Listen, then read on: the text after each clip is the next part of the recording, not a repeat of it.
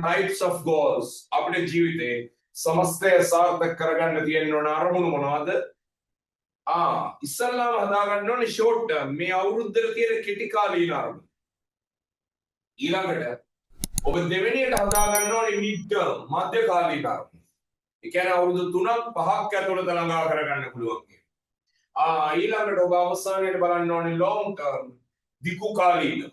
ඒ කියන්නේ අඩුම ගානේ දශකයක් තුල අවුරුදු 10ක් ඇතුළත ඔබට ළඟා කරගන්න පුළුවන් දේවල්. එහෙමනම් ඔන්න තියෙනවා short term, mid term and long term goals ගැන ඔබ හිතන්නට ඕන. right? එහෙමනම් ඔන්න ඔය කරුණු කාරණා ටික ඇතුලේ පියවරෙන් පියවර අපි ඉස්සරහට යමු. අන්නේ පියවරත් එක්කලා short term කියලා කියන්නේ below 1 year අවුරුද්දක් තුල ළඟා කරගන්න පුළුවන් ඒවා.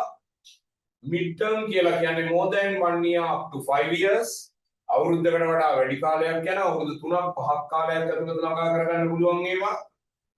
ඊළඟට long term කියලා කියන්නේ මොකක්ද long term කියලා කියන්නේ අවුරුදු 5ක් 10ක් අතර ළඟා කරගන්න පුළුවන්.